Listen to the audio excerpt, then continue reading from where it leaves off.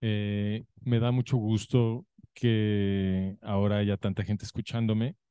Siento que la razón sea que los eventos recientes en Israel hayan sido tan terribles y continúen siendo tan terribles. Mis condolencias.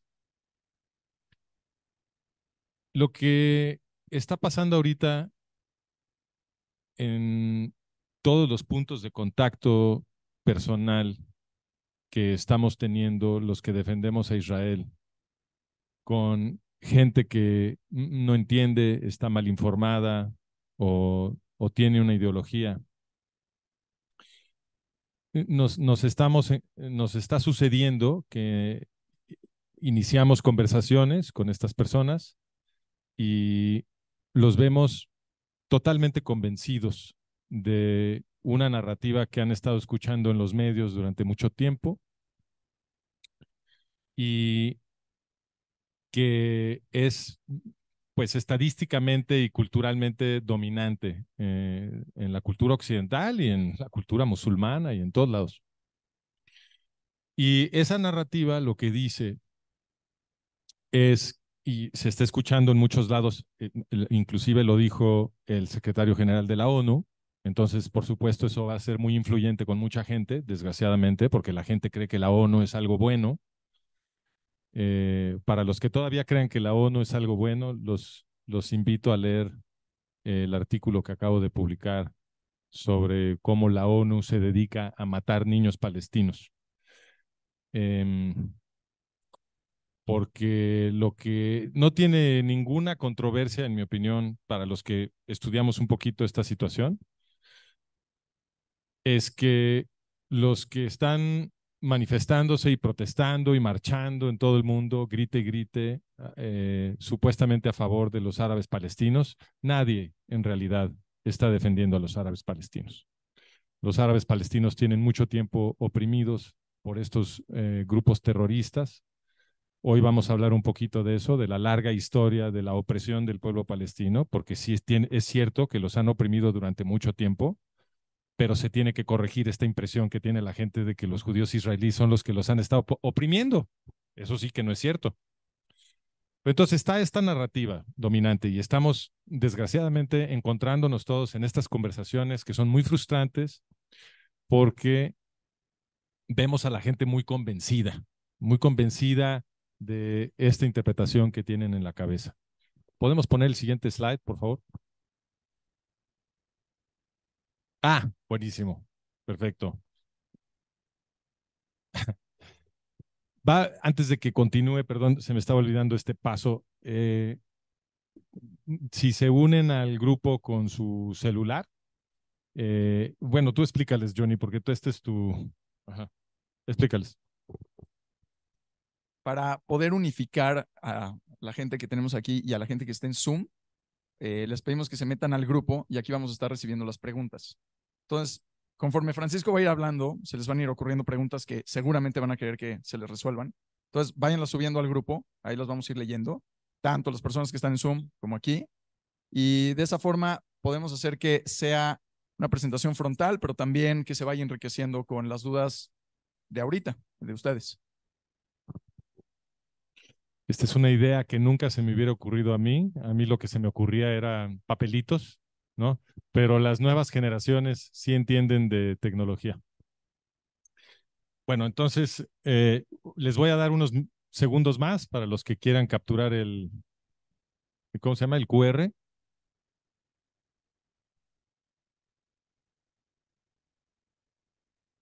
Ah, lo puedes circular también, ¿verdad? Perfecto.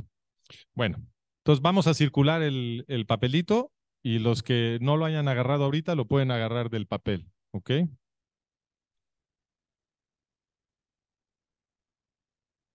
Bueno, entonces esta narrativa con la que tenemos que contender se le comunica a muchísima gente con esta imagen que están viendo en la pantalla. Y no sé si me puedo parar a caminar. ¿Me puedo parar a caminar? ¿Se mueve la cámara? ¿Si me paro? ¿Sí? Ah, ok.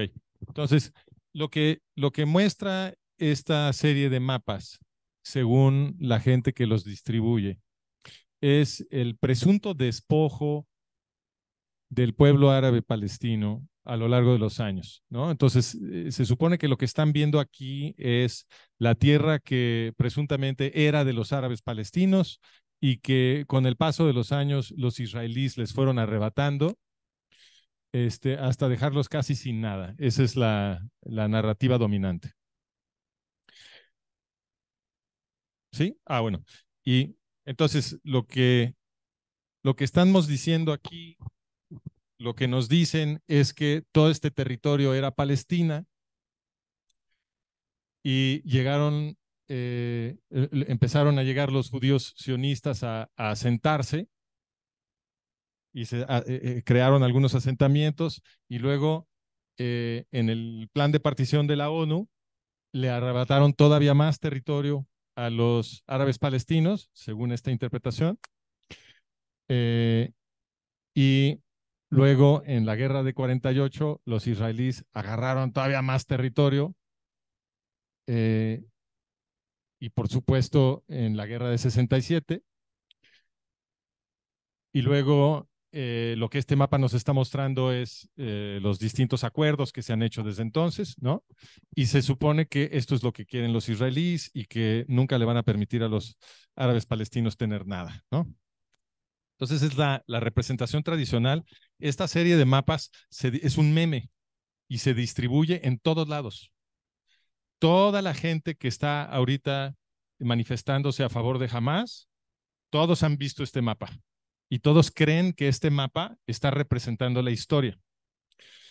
Y ustedes, para defenderse de esto, porque es importante que lo hagan, es importante que se defiendan y que participen en estas conversaciones y que corrijan lo que la gente cree. Es muy importante.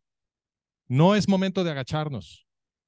Entonces, la presentación de hoy va a ser un recorrido histórico de lo que quiere decir Palestina, quiénes son los palestinos y qué realmente ha pasado en este territorio. Y vamos a terminar con unos mapas que sí representan lo que pasó y nos ayudan a entender dónde está la justicia. ¿Sale? Ok, entonces lo primero que vamos a hacer es que les voy a compartir un documental breve de 15 minutos y luego vamos a interactuar ustedes y yo y vamos a hablar de la historia que está representada aquí.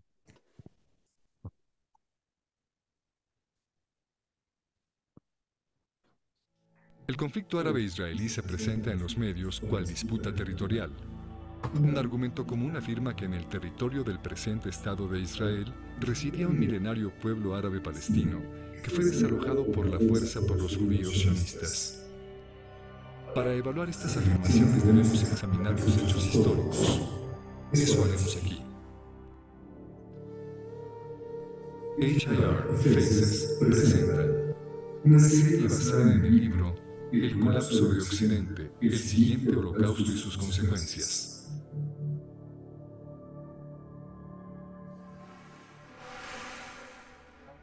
Fueron los romanos quienes, en el siglo II de la Era Común, primero usaron el nombre Siria-Palestina para Jerusalén y zonas aledañas. Era un uso incorrecto. En griego, Palestina quiere decir tierra de filisteos. Pero los filisteos nunca ocuparon más que una pequeña tierra en la costa mediterránea oriental, incluyendo parte de la actual franja de Gaza, y habían dejado de existir hacía siglos. Los romanos habían conquistado un lugar llamado Reino de Judá, y ellos mismos, al poseerlo, lo llamaron Provincia de Judea. Ambos nombres quieren decir País de Judíos. ¿Por qué entonces cambiaron los romanos el nombre a Siria-Palestina? La comunidad y religión judía se organizan alrededor de la ley de Moisés, la cual, de acuerdo al Éxodo, nació en una revuelta de esclavos. Esto explica que la ley de Moisés denuncia la opresión y proteja a los pobres. También explica las preocupaciones de la aristocracia castrense romana. En aquellos días los judíos eran una enorme población distribuida por todo el Mediterráneo. La mayor inquietud de los romanos era que la popularidad de la ley de Moisés entre los pueblos oprimidos del imperio pudiese desembocar en revolución. Para evitar ese desenlace, el imperio lanzó enormes matanzas de judíos que ahora recordamos como la Primera Guerra Judía, la Revuelta de la Diáspora y la Segunda Guerra Judía. De acuerdo a los historiadores, en su conjunto y en términos proporcionales, los romanos asesinaron quizá más judíos que Adolfo Hitler. Una vez concluido el genocidio, el emperador Adriano, luego de destruir Jerusalén en el siglo II, trajo griegos a poblarla y prohibió la entrada, so pena de muerte, a los judíos. La ciudad fue renombrada Aelia Capitolina y el área Siria-Palestina. En términos políticos, Palestina quiere decir aquí no hay judíos, ni se permiten. Algunos judíos permanecieron testarudamente en su tierra santa y muchos otros pronto regresaron. Los romanos continuaron informalmente refiriéndose al lugar como Judea. Con el paso del tiempo, el nombre Palestina se fue usando menos y menos y cesó de tener un referente claro. Bajo el Imperio Turco Otomano, amo de toda el área a partir del siglo XVI, no existía entidad administrativa o política alguna llamada Palestina. En el siglo XX, después de arrebatar Oriente Medio a los turcos en la Primera Guerra Mundial, los británicos revivieron el nombre cuando crearon el Mandato Británico de Palestina. Pero su definición final de Palestina en 1922 comprendía tan solo una cuarta parte del área que ellos mismos habían bautizado Palestina apenas 2 años atrás. Semejante arbitrariedad apoya la queja del historiador árabe Philip Hitti, quien atestiguara ante el Comité Anglo-Americano de Investigación en 1946. No hay en la historia ninguna Palestina, en lo absoluto. Pero si el nombre Palestina es una creación artificial del Imperio Romano, y más tarde del Imperio Británico, entonces, ¿quiénes son los así llamados palestinos? Esa pregunta la contestó en entrevista con la revista holandesa Trouw, Zahir Muhseen, jefe de operaciones militares de la Organización para la Liberación de Palestina, o la OLP, ahora mejor conocida como la Autoridad Palestina. En una entrevista que otorgó la revista holandesa Trouw, Muhseen explicó: "Los árabes somos un solo pueblo. Es solo por razones políticas que apoyamos nuestra identidad palestina con cuidado, pues es de interés nacional que los árabes aprendan a promover la existencia de un Estado palestino independiente en oposición al sionismo. Es verdad, la existencia de una identidad palestina está ahí solo por razones tácticas. La fundación de un Estado palestino es una nueva herramienta para continuar la lucha contra Israel y por la unidad árabe". En guerra tras guerra, los esfuerzos combinados de varios países árabes fueron derrotados por el pequeño Israel. Así que hacía falta una nueva herramienta, una estrategia de guerra política que combinara terrorismo con diplomacia para lograr lo que la campaña militar abierta no podía. ¿Pero acaso Zahir Muhseen está diciendo que la noción de un pueblo palestino con presunto derecho a la tierra del Estado judío fue simplemente inventado? La Constitución de la OLP parece confirmarlo. En su primera constitución, creada en 1964, la OLP definió Palestina en el artículo 2 con las fronteras que tenía en tiempos del mandato británico. Esta es una referencia a la segunda definición arbitraria de los británicos, la de 1922. ¿Cómo es posible que un poder colonial extranjero del siglo XX pueda definir arbitrariamente las fronteras de la tierra supuestamente ancestral de los palestinos? Pero la verdad es que la OLP ni siquiera adoptó realmente la definición británica. En el artículo 24, la OLP afirmó explícitamente que Judea, Samaria y Gaza, los territorios que ahora reclama para su anhelado Estado, no eran palestinos. Artículo 24. Esta organización no reclama soberanía territorial sobre Cisjordania, en el reino hashemí de Jordania, ni en la Franja de Gaza. En 1968, la OLP reescribió su constitución. Esta vez la definición de Palestina ya no excluyó Gaza, Judea y Samaria, así que la OLP ahora sí estaba reclamando estos territorios. ¿Qué explica el cambio? En 1964, cuando la OLP escribió su primera constitución, Egipto estaba ocupando ilegalmente el territorio de Gaza y Jordania estaba ocupando ilegalmente Judea y Samaria. Pero entonces los árabes provocaron la guerra de 1967 o la Guerra de los 6 días, en la cual los israelíes capturaron los territorios de Gaza, Judea y Samaria, entre otros. Fue después de esto que la OLP reescribió su constitución en 1968 para incluir Gaza, Judea y Samaria en su definición de Palestina. Las fronteras de Palestina luego son flexibles y se redibujan para rodear con precisión nada más el territorio que Israel controla. En otras palabras, las fronteras de Palestina se escogen tan solo para que pueda ser usada como una herramienta para continuar la lucha contra Israel. Pero si Palestina es una invención reciente, y si lo mismo aplica para la identidad palestina, entonces ¿de dónde vienen los árabes musulmanes que hoy en día se hacen llamar palestinos? Hoy en día viven alrededor de 8 millones de personas en Israel, pero el estimado más confiable habla de 300.000 en la misma área en el siglo XIX. Estaba prácticamente vacía, y así la describieron los viajeros decimonónicos.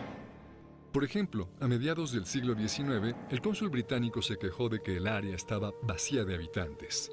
Cuando Mark Twain visitó el lugar, comentó que en el valle de Jezreel no se veía un solo pueblo 30 millas a la redonda. Y Pierre Loti, un autor francés, escribió luego de su visita que las ciudades y los palacios se habían vuelto polvo. En un estudio histórico, Karl Hermann Voss explicó todo esto como resultado de la conquista árabe-musulmana. En los 12 y medio siglos que hubo entre la conquista árabe del siglo VII y los comienzos del regreso de los judíos en los 1880s, Palestina fue yerma. Sus antiguos canales y sistemas de irrigación fueron destruidos y la maravillosa fertilidad de la que habla la Biblia desapareció para convertirse en desierto y desolación. ¿Y las pocas personas que ahí vivían, quiénes eran? La mayoría eran musulmanes, pero se dividían en varias identidades, algunas violentamente opuestas y ninguna de ellas palestina. También subsistían pequeñas comunidades judías en la mayoría de los asentamientos grandes y en los pueblos de la Galilea, y también había grandes poblaciones judías en Jerusalén, Hebrón, Safed y Tiberias. En Jerusalén, de hecho, los judíos eran mayoría. Un documento del consulado británico fechado en 1859 dice: «Los maometanos de Jerusalén no exceden 1/4 parte de la población entera». En 1878, 2 años antes de que empezaran las migraciones sionistas, el sultán otomano lanzó una política de reasentamiento para atraer musulmanes, en su mayoría circasianos y argelinos. El historiador Arnold Blumberg explica: «Después de 1880, los empujes del naciente nacionalismo judío, del patrocinio turco de la colonización de musulmanes foráneos y de la inmigración espontánea de árabes atraídos por la nueva prosperidad de Palestina, cambiaron el carácter demográfico de estas tierras». En 1878, enormes olas de inmigración musulmana comenzaron a llegar a lo que había sido en esencia un terreno baldío. Es obvio que la mayoría de quienes ahora se llaman palestinos no tienen raíces milenarias en aquel lugar. Esto lo confirma el comportamiento de la ONU, pues ha definido al refugiado palestino como cualquier no judío que hubiese partido durante la guerra de 1948 y cuya familia hubiese residido en el área tan solo 2 años. Sin esta definición, la población de así llamados refugiados palestinos se reduce casi a nada. Ahora bien, casi todo mundo reconoce que los judíos sionistas se asentaron sobre todo en tierra yerma que nadie usaba. El propio rey Abdullah, quien participaría en el esfuerzo por destruir el incipiente Estado judío en 1948, escribió en 1946: «Me asombré de ver los asentamientos judíos. Habían colonizado las dunas de arena, tomado agua de ellas y las habían transformado en un paraíso». El rescate judío de la tierra produjo un resplandor económico que atrajo a muchos árabes de países vecinos buscando una mejor vida. Y estos engordaron las filas de quienes más tarde se harían llamar palestinos. Muchos creen, sin embargo, que los judíos sionistas robaron las tierras sobre las cuales se asentaron. ¿Fue así? Esa pregunta la contestó Haj Amin al-Husseini, padre del movimiento palestino. En 1936, Husseini, muftí de Jerusalén, lanzó su 4ª oleada terrorista contra los judíos del mandato británico de Palestina. La llamó la Revuelta Árabe. Esta violencia duró hasta 1939. En 1937 el gobierno británico envió un equipo a investigar encabezado por Lord Peel. Su misión era establecer lo que sucedía y por qué. Llamó a Husseini a comparecer como testigo. Sir Glory Hammond preguntó a Husseini si el problema era que los judíos habían tomado tierras árabes por la fuerza. Husseini contestó: en la mayoría de los casos las tierras fueron adquiridas. Lo que pregunto es si fueron adquiridas por la fuerza, con compulsión, como si hubiesen sido adquiridas para uso público. No, no fue así. No fueron adquiridas por la fuerza. No. Pero entonces estas tierras que ascienden a los 700,000 dúnams, ¿de hecho fueron vendidas? Sí, fueron vendidas. Pero el país fue puesto en condiciones para facilitar aquellas adquisiciones. No estoy seguro de estarle entendiendo. Fueron vendidas. ¿Quién las vendió? Los terratenientes. ¿Árabes? En su mayoría eran árabes. ¿Hubo alguna compulsión para que vendieran? Y si así fue, ¿de quién? Como en otros países, hay gente que se ve forzada por las circunstancias, las fuerzas económicas, a vender su tierra. Los terratenientes árabes que según Husseini habían sido forzados a vender sus tierras eran los Efendi, los grandes señores feudales de la zona. Ellos hacían lo que les viniera en gana. Nadie los forzó a vender. Y vendieron sus tierras menos productivas a precios altísimos. De hecho, la familia del mismo Husseini, terratenientes Efendi de primerísimo orden, lucraba tremendamente con estas ventas. Los Husseini primero amenazaban de muerte a los pequeños terratenientes si osaban cometer el así llamado crimen nacional de vender tierra a los judíos. Luego compraban esos predios a precios de bancarrota, los consolidaban y se los revendían a los judíos a precios de extorsión. El historiador Nathan Weinstock explica: en otras palabras, la propaganda hipernacionalista se convirtió en un negocio lucrativo, un fraude gangsteril al estilo estadounidense para la aristocracia árabe. En conclusión, es falso decir que un milenario pueblo palestino vio sus tierras arrebatadas por los judíos sionistas. Primero, porque no había tal pueblo palestino en esa tierra, y segundo, porque los judíos sionistas compraron las tierras de terratenientes árabes que las vendieron gustosos a precios muy por encima del precio de mercado. Para ver la documentación detallada que apoya las afirmaciones de este video, visita El colapso de Occidente, el siguiente holocausto y sus consecuencias. Parte 1, capítulo 1. Se ha dicho que Gran Bretaña se alió con los sionistas para establecer el Estado judío, pero los gobernantes británicos de hecho se aliaron con Haj Amin al-Husseini. Ese será el tema de nuestro siguiente video.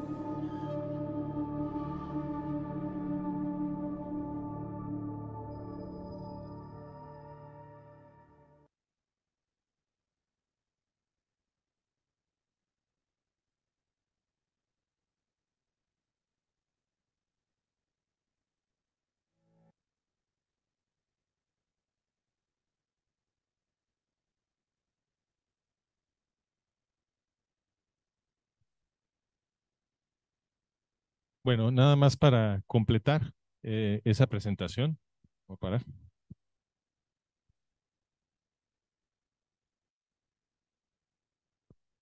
¿Se acuerdan de los otros mapas que estuvimos viendo al principio? Bueno, la verdadera historia la representan estos mapas. ¿Qué dicen estos mapas? En 1920, el Imperio Británico revivió la palabra Palestina. Los otomanos no la usaban. No había nada que se hubiera llamado Palestina ahí durante siglos.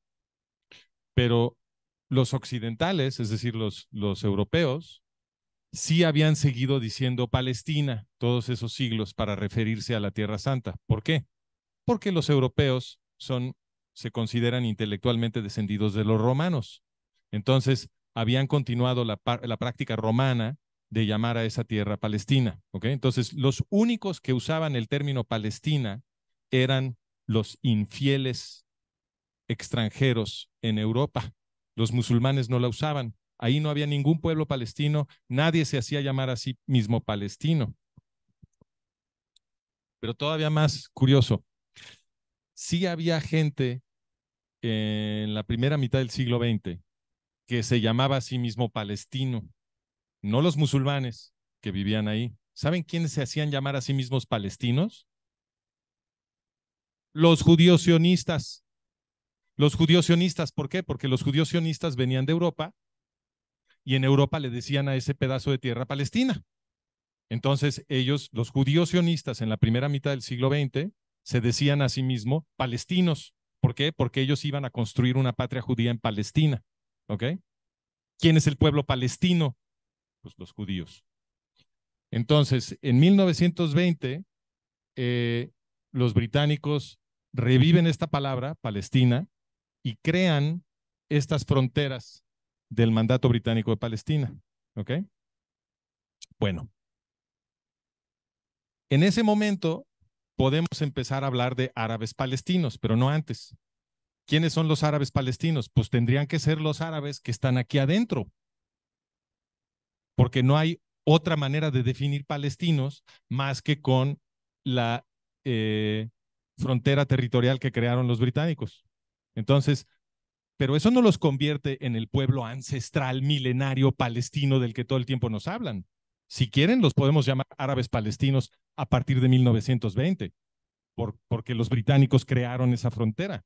Pero eso no los convierte en el milenario pueblo palestino. Es una población que ni siquiera es un pueblo, pero es una población que puede adoptar esa definición solo a partir de 1920. ¿Ok? Ahora,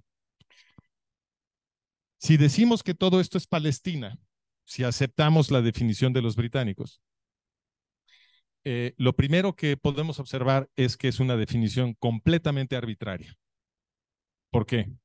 Porque tan solo 2 años después, los británicos arbitrariamente cambiaron las fronteras de Palestina, lo cual demuestra que no había ninguna Palestina, la estaban inventando. ¿Ok? Y lo que hicieron en 1922 los británicos fue amputar 3/4 del territorio de lo que se le había prometido a los judíos. ¿Ok? ¿Y por qué? Porque esto fue un truco legal. Los británicos obtuvieron este territorio prometiéndole a la Liga de las Naciones que iban a crear una patria judía aquí. Esa fue la condición para que los británicos controlaran este territorio. ¿Ok? O sea, la Liga de las Naciones dijo, ok, tú puedes controlar ahorita un rato este territorio, pero con la condición de que ahí te aboques a la tarea de crear una patria judía. Fue la condición de la Liga de las Naciones. Los británicos no querían crear una patria judía, pero dijeron, claro, vamos a crear una patria judía porque querían ese territorio. ¿Por qué? Porque este territorio conectaba las distintas posesiones británicas. Recuerden que el Imperio Británico estaba en todos lados y era muy importante poder controlar este paso hacia India. ¿Ok? Entonces, para los británicos era muy importante controlar este territorio. ¿Qué dijeron para que la Liga de las Naciones se los concediera? Claro, claro, nosotros ahí vamos a crear una patria judía. Esa fue la promesa. ¿Ok? En realidad, los británicos querían sabotear el proyecto sionista. Entonces, este amigo que vieron ustedes en el documental, Haji Amin al-Husseini, él organizó su primera oleada terrorista en contra de los judíos del Yishuv, del mandato británico, en 1920. En 1921, después de que él demostró que podía organizar oleadas terroristas contra los judíos, en 1921 los británicos lo convirtieron en el muftí de Jerusalén. Y lo hicieron ellos, porque las reglas que habían acordado con la población árabe para la elección del muftí era que los árabes iban a votar, ¿no? Ellos se iban a postular candidatos y los árabes iban a votar. Y entonces, de los 3 primeros candidatos que quedaran, los británicos iban a escoger al que ellos quisieran. Esas eran las reglas. Husseini quedó en 4.º lugar. Entonces, la inteligencia británica se encargó de presionar al 3.er lugar para que se saliera y Husseini quedara en 3.er lugar, y entonces los británicos eligieron a Husseini. Esta historia demuestra con toda claridad cuál era la política de los británicos, porque Husseini ya había demostrado que él podía organizar oleadas terroristas en contra de los judíos. Y claro, con el poder que le dieron, que fue muchísimo, empezó a organizar otra vez nuevas oleadas terroristas en contra de los judíos. En 1921 fue la siguiente, pero esa ya fue con todo el poder institucional que le dieron. Le dieron a Husseini el poder sobre las escuelas, sobre las madrazas, las escuelas musulmanas, sobre las mezquitas. Él podía poner y quitar a los profesores de las madrazas y poner y quitar a los clérigos en las mezquitas. También le dieron poder de cobrarle impuestos a toda la población árabe, y no nada más en Jerusalén. Decimos el mufti de Jerusalén, pero de hecho Husseini era el gran mufti de Jerusalén, porque durante el Imperio Otomano el mufti de Jerusalén era una posición local que no tenía demasiado poder, que tenía como responsabilidad nada más la ciudad de Jerusalén, mientras que con los británicos se le dio poder sobre todo el territorio del mandato británico. ¿Okay? Por eso es el gran muftí de Jerusalén. Entonces, en 1921, Husseini organiza otra gran oleada terrorista, y más tarde organizaría otras dos. La de 1929, que fue tremenda. Los judíos creían que los iban a exterminar. Y luego la revuelta árabe, que duró varios años, de 36 a 39. Bueno, entonces, esto fue un truco legal. ¿Por qué?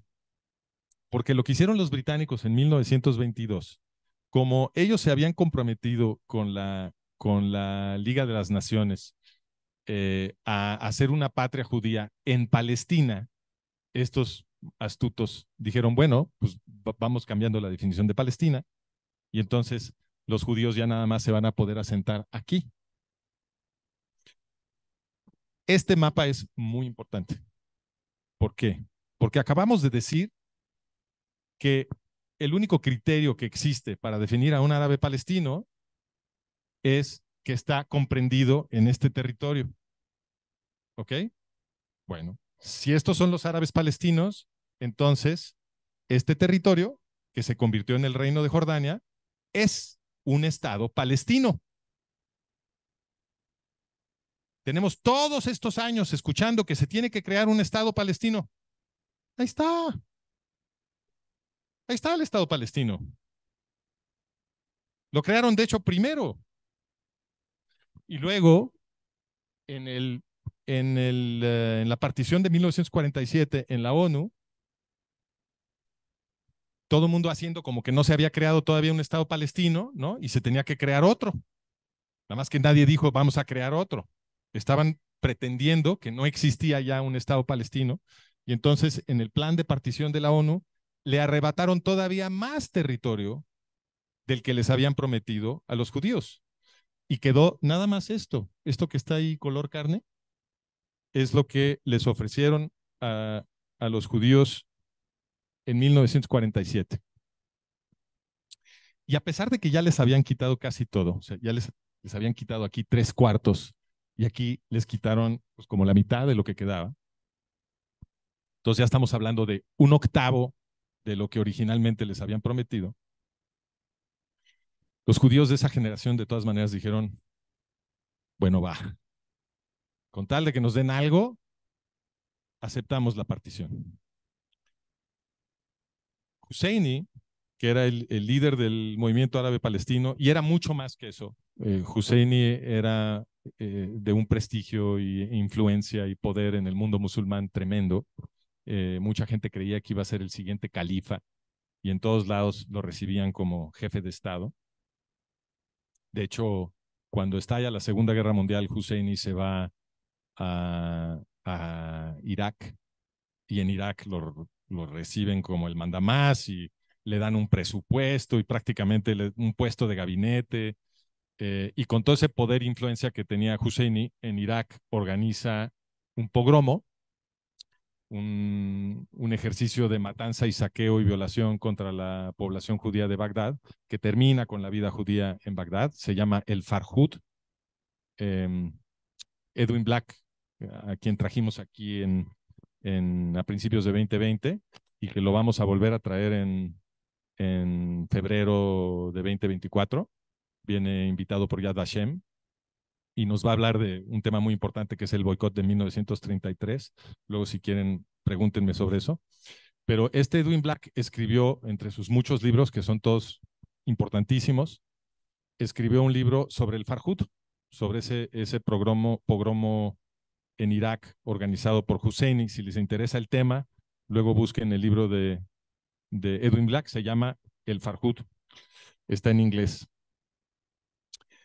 Y luego Husseini, después de organizar ese pogromo, se fue a Berlín, donde lo recibió Hitler como jefe de Estado, ¿no? Con todos los honores, todo el protocolo, todos los dignatarios reunidos para las fotos y está rodando la película, eso lo pueden ver en mi otro documental.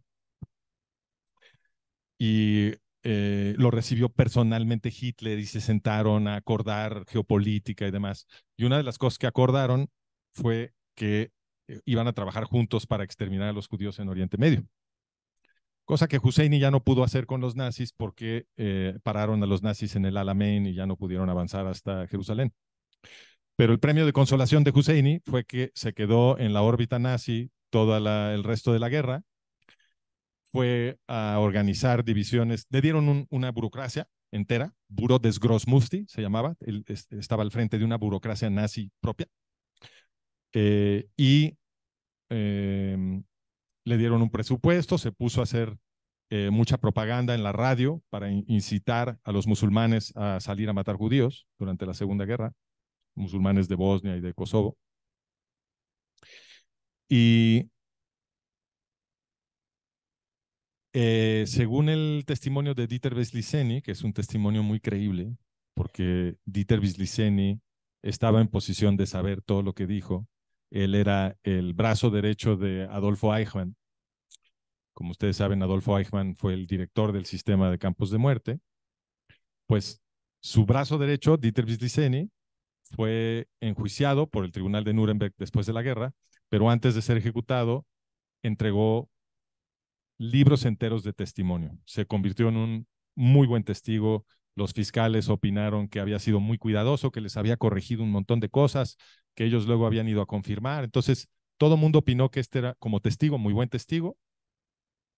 Sobre Husseini, Wisliceni dijo que cuando llegó a Berlín en el otoño de 1941, él había sido el que había convencido a los nazis de no dejar un solo judío vivo en Europa. Dice Wisliceni, nos superaba en sus ataques antijudíos, estaba siempre gritando que no podía irse ningún judío a Palestina y que por lo tanto había que matarlos a todos. Y dice Wisliceni, luego se volvió el mejor amigo de Adolfo Eichmann y juntos diseñaron y administraron todo el sistema de campos de muerte. Entonces, esto es muy importante porque la narrativa que todo mundo está escuchando es que los judíos israelíes han estado oprimiendo a los árabes palestinos. Este dato lo pone de cabeza. No, señor. El padre fundador del movimiento árabe palestino es el que exterminó a los judíos europeos. El movimiento palestino exterminó a los judíos europeos. Eso es lo que ustedes le tienen que comunicar a la gente con la que están teniendo conversaciones, que creen que les van a dar a ustedes una cátedra de por qué la justicia está del lado palestino. Eso es lo que les tienen que contestar. Y después de la guerra, este Husseini creó OLP Fatah. Él se escapó a Cairo, le dio entrenamiento nazi porque estaban llegando nazis alemanes a Cairo a refugiarse con Gamal Abdel Nasser, que había sido aliado de los nazis, y les dio entrenamiento nazi a un grupo de adolescentes en los 50s, entre los cuales estaban Yasser Arafat, Mahmoud Abbas y algunos otros. Y este grupo se llama Al-Fatah, y Fatah luego se comió a la OLP por ahí de 1970, y desde entonces la OLP es básicamente Fatah. Fatah es la que toma todas las decisiones, es la que controla el ejecutivo de la OLP. Entonces, esta es la verdadera historia de a quién le quitaron territorio y quién fue oprimido. Y falta un pedacito nada más. Lo comentamos en el documental, pero lo quiero recalcar. Y les voy a dar un dato adicional.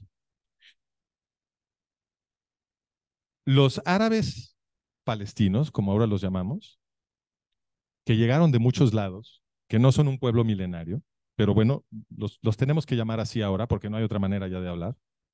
Esos árabes palestinos no querían pelear contra los judíos. la gente de a pie. Husseini sí. Sus aristócratas, terratenientes, Fendis, sí. Esos tenían un movimiento terrorista en contra de los judíos. Pero la gente de abajo no sentía que eso les convenía. Porque lo que estaba pasando en el mandato británico de Palestina era que los judíos sionistas estaban rescatando esa tierra del olvido y de la destrucción que habían sufrido bajo gobierno musulmán. Y estaban produciendo un boom económico en el mandato británico de Palestina. Y entonces, ¿qué sucedía? Que la mayoría de los árabes de abajo eran esclavos de los señores feudales árabes. ¿Ok?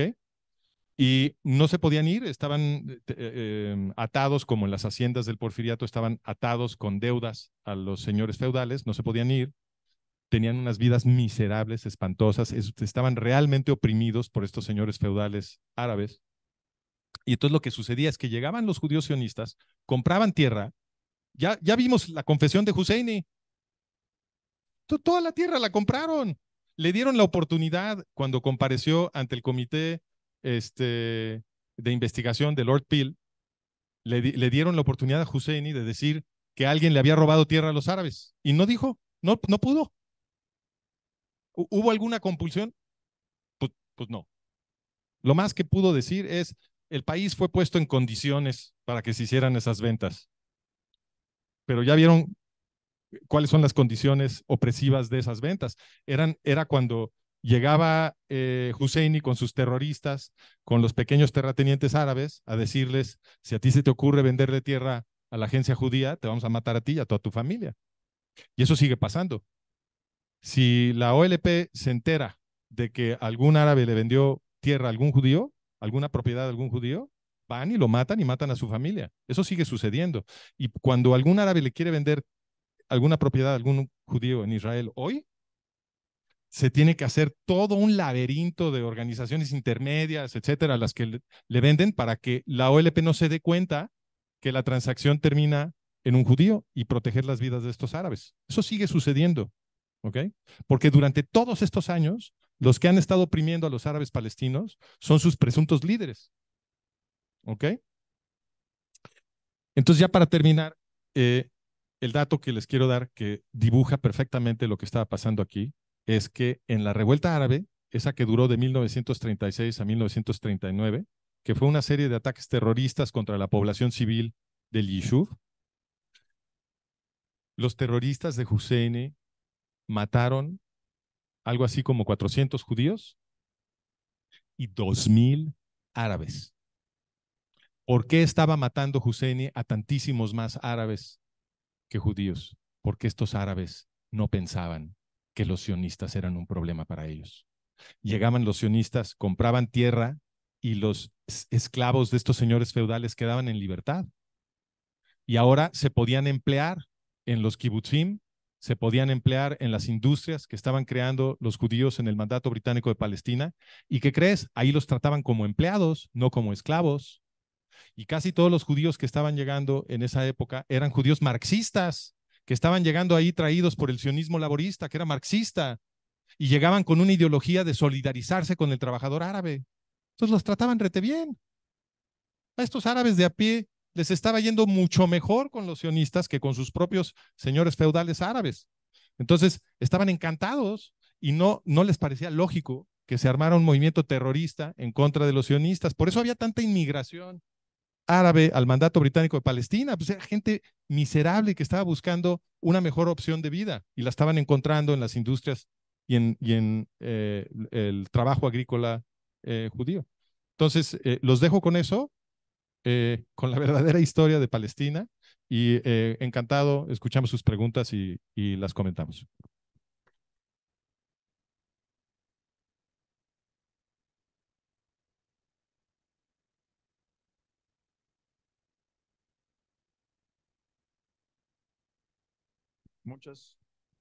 ¿Se escucha? Sí. Muchas gracias, Francisco.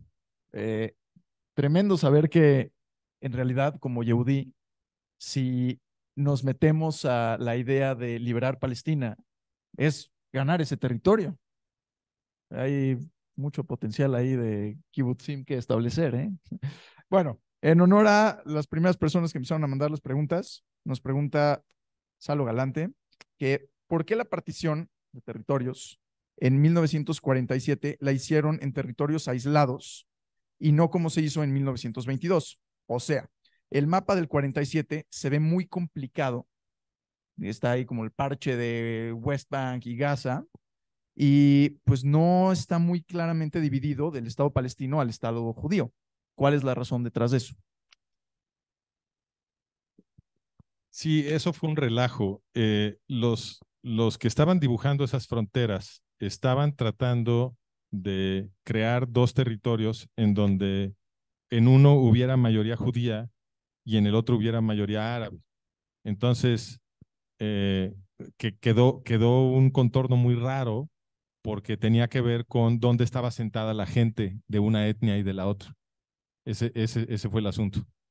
Y ahí luego, digo, tiempo después sale el informe en donde ponen que ciertos territorios del West Bank, especialmente, por estar exactamente Porfa, a la mitad, vamos a tratar de decir Judea y Samaria. Judea y Samaria, ¿cierto?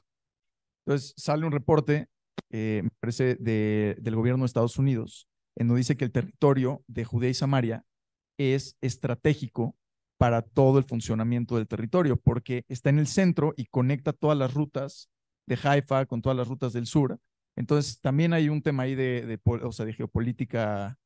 Bueno, y el tema geopolítico más importante sobre Judea y Samaria, qué lástima que no se me ocurrió poner ese mapa, pero el Pentágono hizo un estudio de la seguridad del Estado de Israel inmediatamente después de la Guerra de los 6 días, de la guerra de 1967. Ese estudio no se publicó en ese entonces, era secreto. Se publicó, se desclasificó en los 80s, creo que en 1986, por ahí. Ese estudio del Pentágono, de los militares más expertos del mundo, dice que sin los territorios disputados, Israel no puede sobrevivir, tal cual. Que sin los territorios que había ganado Israel en la guerra de 1967, a la larga no iba a poder resistir el esfuerzo combinado de los musulmanes por destruirlo. ¿Por qué? Pues porque la distancia de, de la frontera de Samaria, de Judea y Samaria, a la altura de Tel Aviv-Yafo, del mar a la frontera de Judea y Samaria, hay 18 kilómetros. No es ni el diámetro de la Ciudad de México. ¿Ok? Así de angosto es. Y en la zona de Tel Aviv-Yafo están todos. Ahí están casi todos. Y Judea y Samaria es un territorio elevado. Entonces, obviamente, si el enemigo controla ese territorio, pues la gran mayoría de los judíos israelíes están entre las colinas y el mar, en un territorio muy angosto, ¿no? Esa es una de las razones que los militares estadounidenses concluyeron en secreto, porque no lo publicaron, que Israel no iba a poder sobrevivir sin esos territorios. Buenísimo. Y ese estudio es muy importante porque la pugna por arrebatarle esos territorios a Israel empezó inmediatamente, a pesar de que habían hecho ese estudio. Okay. Gracias, porque están llegando preguntas, entonces para que podamos, igual, la idea del grupo es que podamos estar recibiendo preguntas incluso después de la conferencia. Muchas veces se nos ocurren cosas después y fue como, chin, ¿por qué no lo pregunté? Y la idea es que ahí se va a seguir respondiendo preguntas para que también tengamos armas y podamos saber cómo responder a las preguntas difíciles que nos van haciendo. Entonces, bueno, pregunta Luis que ¿por qué las universidades de la Ivy League en Estados Unidos, que son las universidades más prestigiadas, apoyan tanto a Hamas y a Palestina si se supone que son más educados e informados, además de que se están volviendo abiertamente antisemitas? Bueno, no están más educados, están más bien más desinformados. Esto es culpa de Eduardo Said. Entonces, a finales de los 60, principios de los 70, hubo una transformación de la percepción del Estado de Israel. Los que tengan mi edad o sean más viejos que yo tengo 54 años, se van a poder acordar de esto todavía. Cuando yo era niño en los 70s, todavía Israel era el héroe en Occidente. Todavía. Yo lo alcancé a ver esto de niño, porque cuando yo era niño en los 70s, pues estaba muy fresca la guerra de 67 y la guerra de 73. Entonces, inclusive en mi círculo, que era círculo Goyim, de mi familia extendida católica, ¿no? O sea, no somos judíos, pero yo escuchaba a los adultos hablar de Israel y lo que yo entendía es que Israel era lo máximo, porque ellos decían, wow, es que sí, es impresionante lo que han hecho los judíos en Israel y mira nada más cómo transformaron los pantanos y los desiertos en bosques y campos y el crecimiento económico de Israel, qué bárbaro y sobre todo, y lo que más asombraba era que, híjole, es que es la gente que se fue a refugiar ahí porque los estaban persiguiendo en Europa, y los sobrevivientes del Holocausto y todo eso, y todos los árabes los atacan juntos queriéndolos destruir y ganan una y otra vez, ¿no? ¡Wow! O sea, era pura admiración lo que yo oía. Porque los Goyim los respetan cuando ganan, no cuando se agachan. Si ustedes quieren, échele, échele.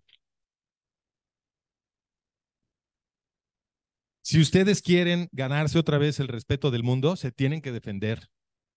¿Ya vieron qué pasa cuando se agachan?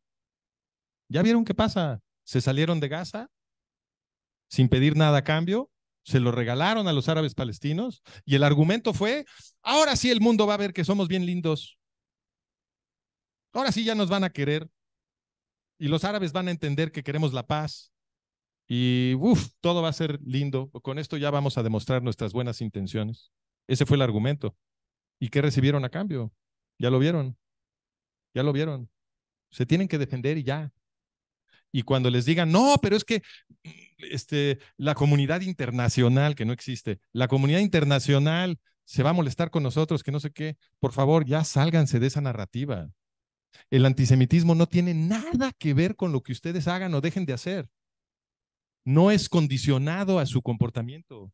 Esto lleva siglos. Ya lo vieron, se salieron de Gaza y de todas maneras les echan la culpa.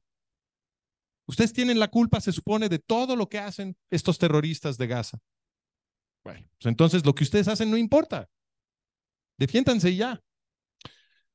Sí importa en el sentido de que la probabilidad de que los respeten es mayor cuando se defienden. En ese sentido sí importa.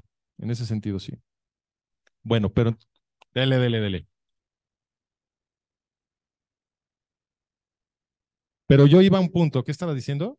Estábamos hablando de o sea, que en realidad no están más educados, sino que están mal informados. Entonces, ese cambio en el prestigio de Israel, en el prestigio internacional de Israel, sucedió justo en los 70s. ¿Qué fue lo que pasó? Bruno Kreisky, que era el canciller austriaco, que decía que era judío, pero en realidad era un antisemita, y Willy Brandt, que era el canciller alemán, ¿ok? Los dos países que estuvieron exterminando a los judíos en la Segunda Guerra, ¿ok? Fíjense nada más qué poca vergüenza. Se juntaron estos dos, hicieron una conferencia, creo que en 75 por ahí, 74, hicieron una gran conferencia izquierdista, porque estos eran los líderes de la Internacional Socialista. Bruno Kreisky fue presidente y luego vicepresidente de la Internacional Socialista.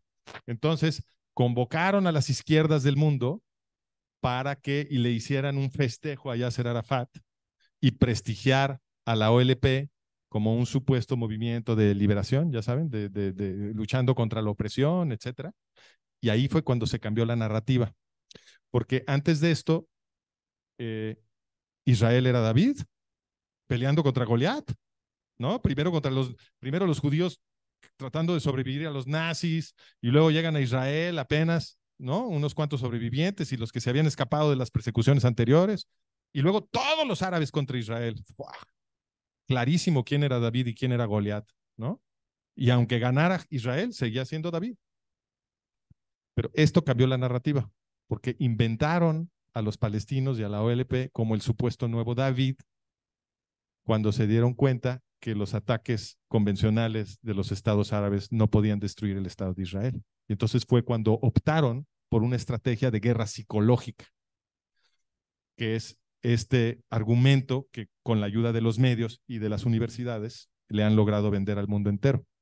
Y la figura clave aquí es Edward Said, porque Edward Said, que no es una persona especial ni inteligente, simplemente era el tipo que era conveniente usar. Edward Said decía que era palestino y entonces no era egipcio, pero él decía que era palestino y el New York Times lo convirtió en un héroe. ¿Ok? Y entonces se volvió lectura obligada en ciencias sociales y humanidades en todas las universidades de Occidente. Cuando yo estaba en la universidad, yo lo vi. Todo el mundo tenía que leer Edward Said. ¿Y qué hizo Edward Said? Pues él es el gran profeta del poscolonialismo. ¿Ok? Este es y ese movimiento de poscolonialismo que se supone que está pugnando por defender a los pueblos oprimidos por los imperialistas occidentales, ¿no? Ese movimiento poscolonialista convirtió a los palestinos en la mascota y el símbolo de todo el movimiento. ¿Por qué? Porque Edward Said lo convirtieron en el héroe de todos y él decía que era palestino y él estaba escribiendo estos textos en los que los palestinos se convertían en el símbolo de la lucha mundial contra de los izquierdistas contra el imperialismo y el colonialismo. Y pugnar a favor de los palestinos en contra de Israel a través de este proceso en las universidades y en los medios y en las izquierdas se convirtió en el secret handshake, en la etiqueta, en el símbolo que te identifica como un izquierdista, una buena persona, una persona moral en las izquierdas. Como la gente decide que te acepta como un compañero izquierdista cuando ve cuál es tu posición sobre los árabes palestinos. Es una bandera. Entonces es muy difícil que esta gente se zafe de esta posición. Les tienen que explicar esto. Les tienen que explicar, mira, lo que pasa es que esta es tu bandera. Y si tú tienes miedo que si cambias de posición, te van a escupir todos tus compañeros izquierdistas. Y sí te van a escupir, pero esta es la verdad. Y este es momento de definiciones. Y tenemos que ser distintos a la generación que permitió que el nazismo tomara el poder en Alemania y se apoderara del mundo. ¿Ok? Buenísimo. Gracias a Dios estamos recibiendo muchas preguntas, entonces las vamos a intentar sintetizar. Hay un par que tienen que ver con que no se nos platica en realidad en el discurso popular el papel de Husseini. Y también hay dudas alrededor de dónde viene el odio de Husseini hacia los judíos. Es muy buena pregunta. Entonces, el odio de Husseini no era personal. Es importante entender eso. El odio de Husseini era cultural, era dogmático, doctrinario, religioso. Yo sé que esto a mucha gente le cuesta trabajo imaginarlo porque les han dicho una y otra vez que el Islam es la religión de la paz. Bullshit, bullshit, bullshit. Que los terroristas son una minoría radical que está traicionando el centro pacífico y amoroso del Islam. Como antídoto, yo les recomiendo que lean el Corán. Se van a vomitar, pero léanlo para que no les cuenten. Léanlo. El 80% de todo lo que está escrito en el Corán es obsesión sobre los infieles y cómo castigarlos. Realmente es muy aburrido. No tiene ningún valor artístico. Es puro veneno. Página y página y página de puro veneno. ¿Me permites interrumpirte? Mandaron una noticia en donde encontraron una inscripción adentro del pantalón de uno de los terroristas de Hamas que decía esto: You must sharpen your blades of your swords and be pure in your intentions before Allah. Know that the enemy is a disease that has no cure except beheading and tearing out their hearts and livers. Entonces, eso es lo que los motiva. Eso todo lo derivan del Corán. Léanlo, por favor, léanlo. Les recomiendo la traducción de Yusuf Ali, una traducción al inglés. Si hablan inglés, lean esa traducción. Entonces, Husseini, no es que Husseini se le hubiera ocurrido a él personalmente. Esta es la cultura musulmana. Eh, sus compatriotas que vienen de Siria y de Líbano se los pueden decir. Cómo trataban a sus familias allá, que era como trataban a los judíos también en la zona que se convirtió el mandato británico de Palestina. Entonces, Husseini mamaba esta cultura, esta religión. Él es un clérigo, le decían Hajj Amin al-Husseini porque había hecho su peregrinaje a Meca, por eso es Hajj. Y lo que él estaba peleando era una yihad, una guerra santa islámica, porque en la ley islámica los infieles deben de ser exterminados si no están de acuerdo en convertirse al Islam, con la excepción de los judíos y los cristianos, si estamos de acuerdo en firmar un contrato que se llama la dima. ¿Okay? Si firmamos ese contrato, entonces nos perdonan la vida, pero nos convertimos en dimis. Y los dimis son semiesclavos. ¿Okay? Entonces, si tú que eres dimi vas caminando en la banqueta y viene de frente un musulmán, tú te tienes que bajar a la calle. Si quieres construir un templo nuevo, no puedes. Ya los que tienes ya son todos los templos que puedes tener. Y no puedes hacer ruido, que no te oigan rezar, que no te oigan cantar. Tienes que pagar un impuesto oneroso, tremendo, que se llama la jizya, carísimo, y no nada más se lo cobran a los vivos, se lo cobran a los muertos, porque la idea es que se vaya acumulando cada vez más impuesto hasta que sea aplastante, ya no lo puedes pagar y entonces pues te conviertes al Islam para escapar el impuesto. Esa es la idea. Y cuando les cobran el impuesto de la jizya, las normas exigen que el dhimmi, judío o cristiano, sea profundamente humillado. Entonces, cuando llegaban con el cobrador de impuestos a hacer su pago, a los hombres los jalaban de la barba mientras sacaban el dinero, los tenían así de la barba y luego los insultaban cuando habían terminado de pagar, etcétera, ¿no? Podríamos hablar largo rato de todas las normas y leyes que humillan y oprimen a los dhimis en el mundo musulmán. Cuando los dhimis se rebelan a estos tratos, cuando tratan de exigir sus derechos y resisten la opresión de los musulmanes, la ley islámica exige que se reactive la yihad y entonces los dhimis deben de ser exterminados. Así es como, desde el punto de vista islámico, se interpreta la creación del Estado judío. La creación del Estado judío es una revuelta de esclavos. En las oleadas terroristas que organizaba Husseini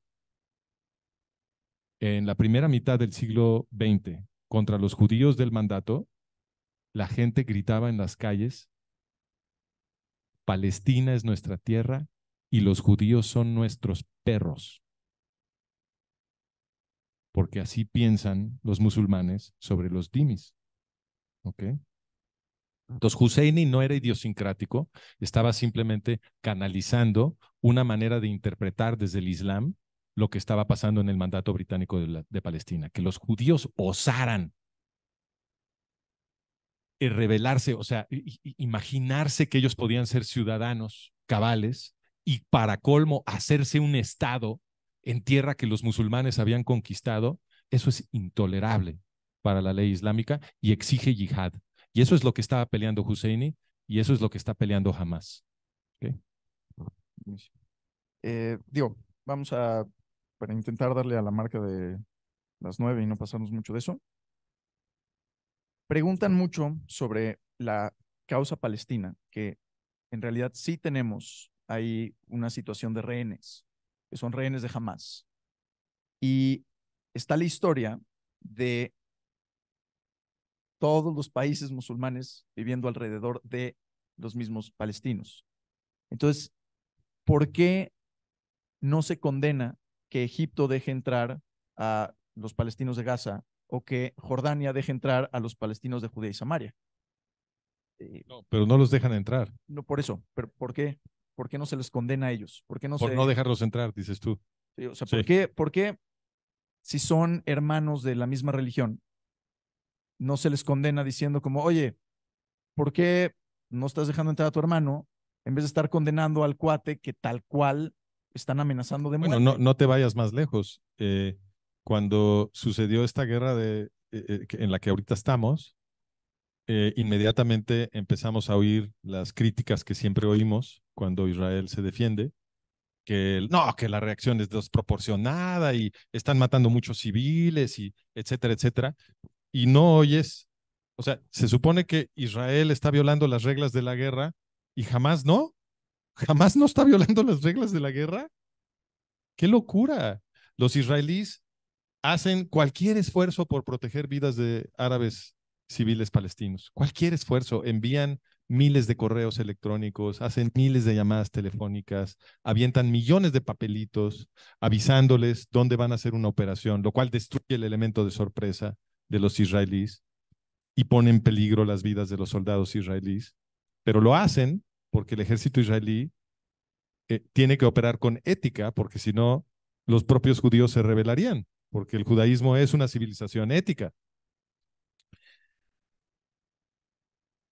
¿Se han fijado ustedes que los países árabes anunciaron que no van a recibir los refugiados de Gaza? ¿Se fijaron?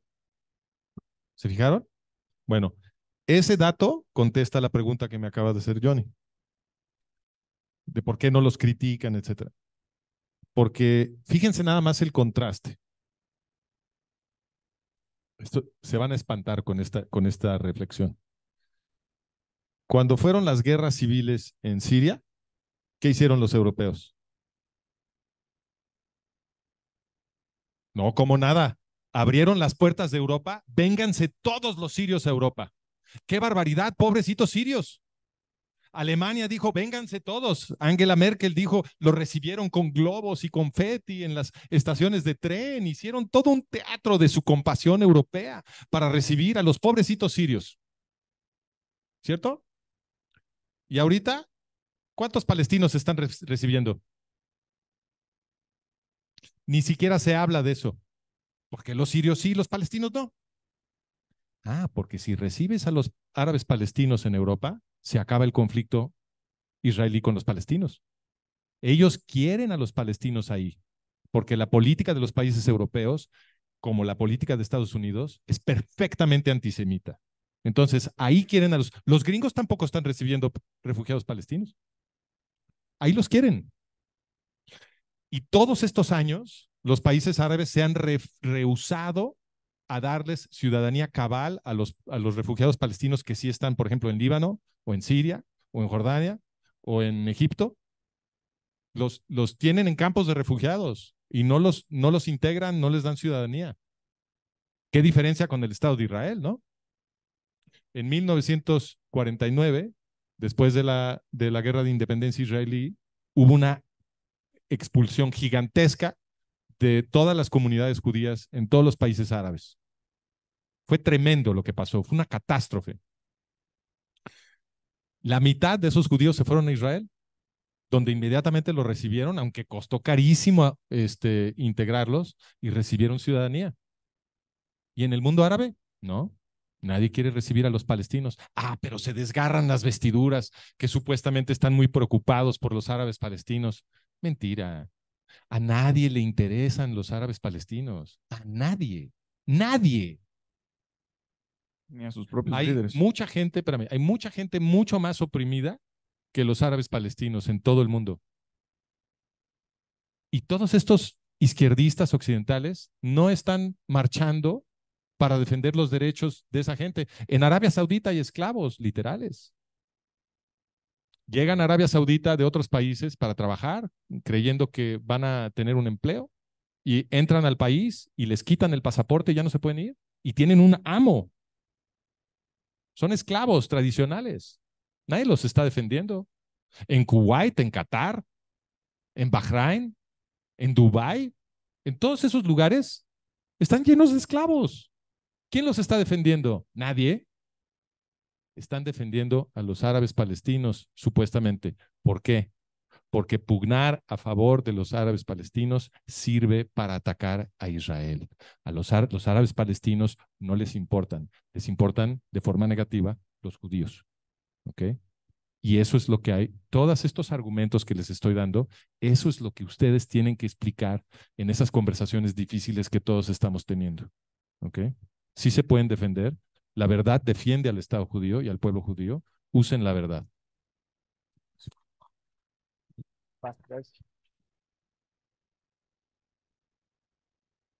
Entonces, la última pregunta, creo que algo que todos queremos saber, pero antes agradecemos a Ricardo por el dato curioso del Corán, que el sacrificio en la Torá de Abraham y de Isaac, en el Corán es al revés.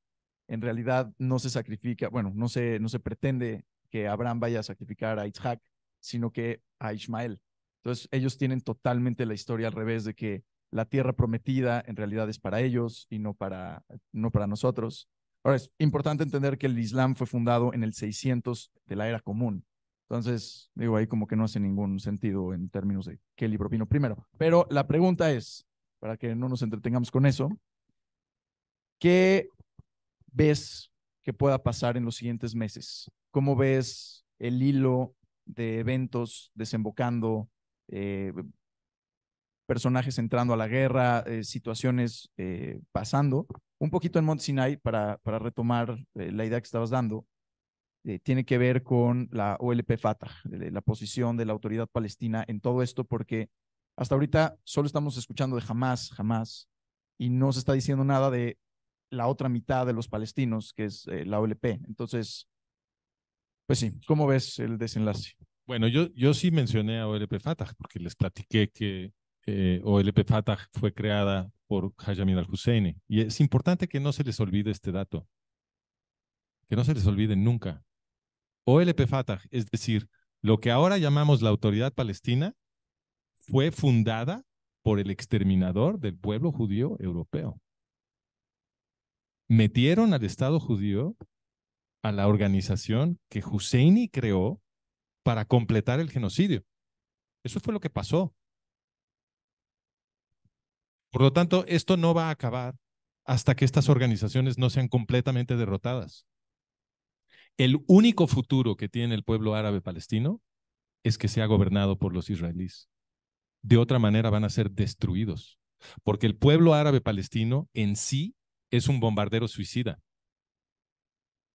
Si Irán llega a tirar la bomba encima de Israel, no se van a preocupar por esos árabes palestinos. Los van a matar a todos con tal de matar a los israelíes.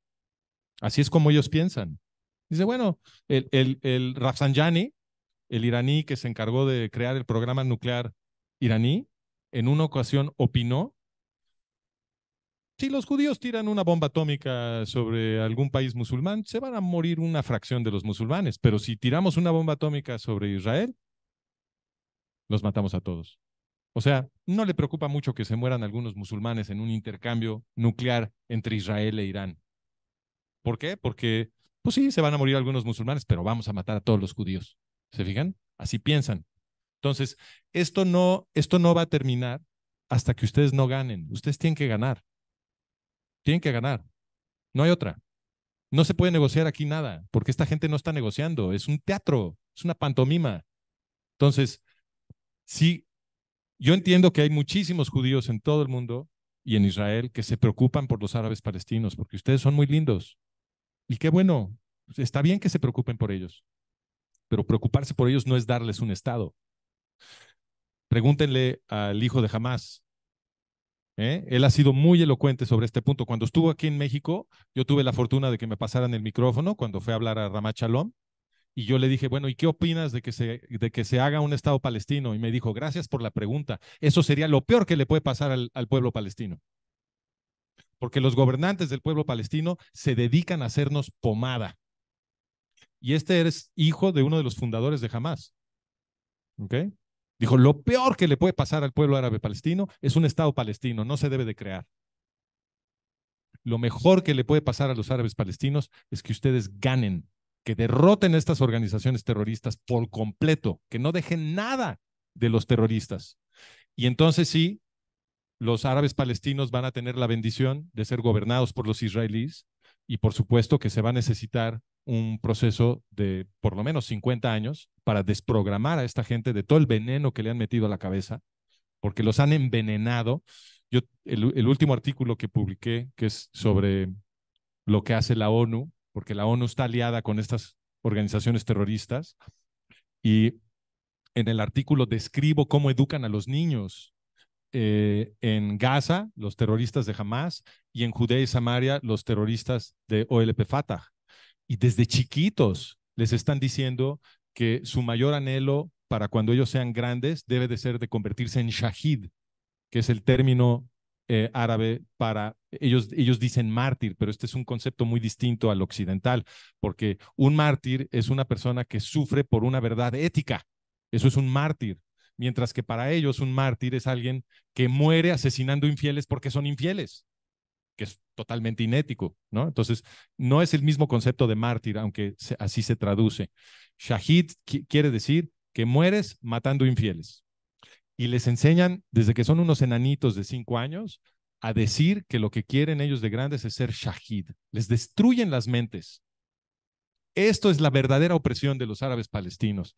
Esto es lo que tenemos que estar protestando. Y los ponen a marchar con armas y les enseñan a hacer operaciones de sabotaje y cómo secuestrar rehenes. Todo esto se lo están enseñando en campamentos de verano de la autoridad palestina a los niños árabes palestinos. Están preocupados por los niños árabes palestinos. Ganen. Quítense de la idea de la cabeza que seguir negociando con estas organizaciones terroristas es un favor a la población árabe palestina. Para nada. Es lo peor que les puede pasar, que se continúen estas negociaciones y Dios nos libre de que algún día se complete y de veras tengan un Estado palestino. No. Las organizaciones terroristas tienen que ser expulsadas de Israel, destruidas y expulsadas. Israel tiene que ser limpiado de terroristas árabes palestinos. No estoy hablando de la población árabe palestina, ¿eh? Estoy hablando de los terroristas para poder salvar a la población árabe palestina. Eso es lo que necesitamos. Ustedes son los únicos que lo pueden hacer.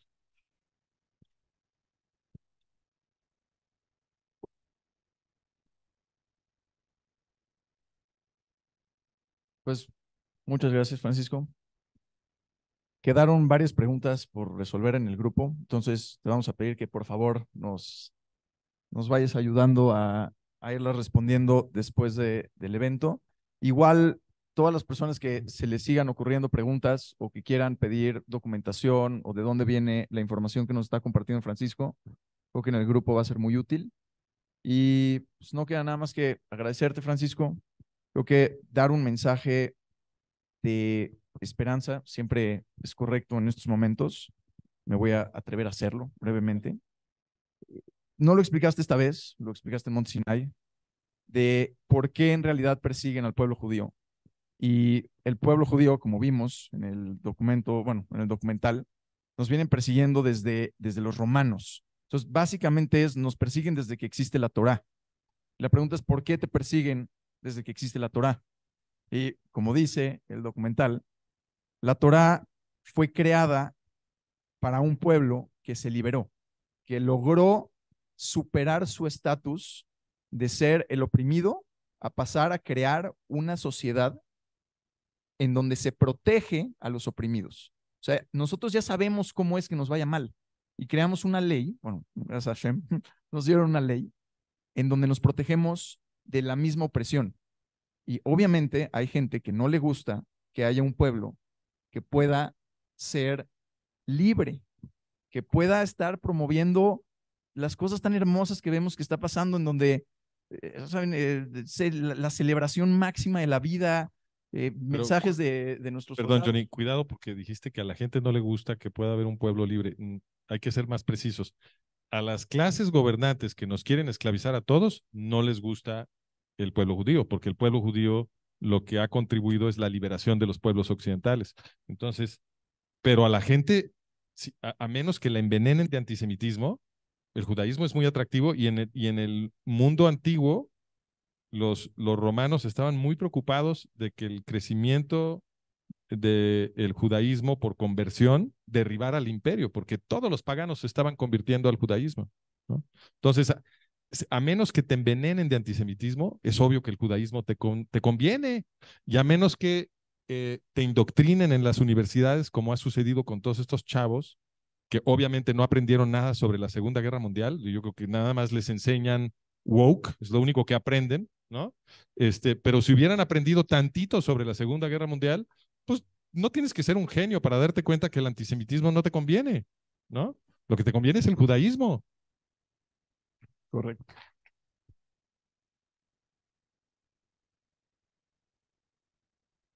Pues muchísimas gracias, Francisco. Lo que nos conviene es el judaísmo y como bien dice la Torá, esta escena a mí me encanta cuando Moshe está recibiendo las leyes y de repente empieza Hashem a decirle, no, perdón, tienes que ir a ver qué está pasando con tu pueblo porque ya cayeron otra vez en idolatría. Moshe se pone a debatir con Hashem. Dice, no, no, no, espérate, van a decir los egipcios que cómo nos sacaste para que luego nos mates en el desierto. Entonces, hay un mensaje aquí clave que incluso para nosotros los judíos debemos de usar nuestro pensamiento crítico en las cosas que no creemos que se deben de criticar. Siempre debemos de estar dudando, cuestionando todo y por eso, Bezrat Hashem, hemos sido un pueblo que ha sobrevivido por tanto tiempo y que nos hemos mantenido con ese nivel de unión. Entonces, muchísimas gracias por ilustrarnos, siempre una perspectiva Gracias a ustedes. increíble. Y gracias a ustedes por venir, que de nada sirven las ideas si no tienen en dónde empezar a echar raíces. Así que gracias y bonita noche.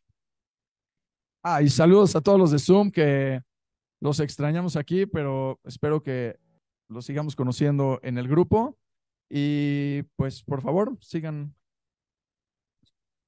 Claro. Y acuérdense, la fuerza de los judíos es pelear en lo material y en lo espiritual.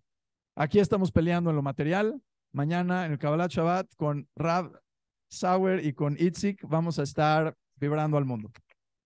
6:15, Kabbalat Shabbat.